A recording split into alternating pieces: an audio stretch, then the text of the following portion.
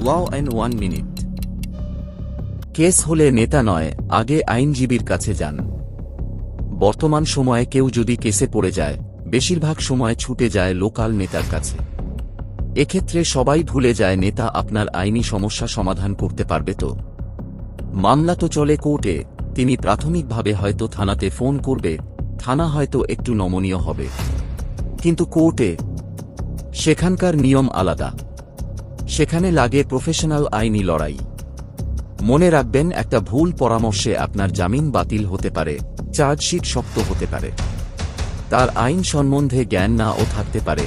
এটা ভাবতে পারে মনে হয় মামলাটা ম্যানেজ হয়ে যাবে, কিন্তু পরে চার্জশিট হয়ে যায়, তখন আর কিছু করার থাকে না।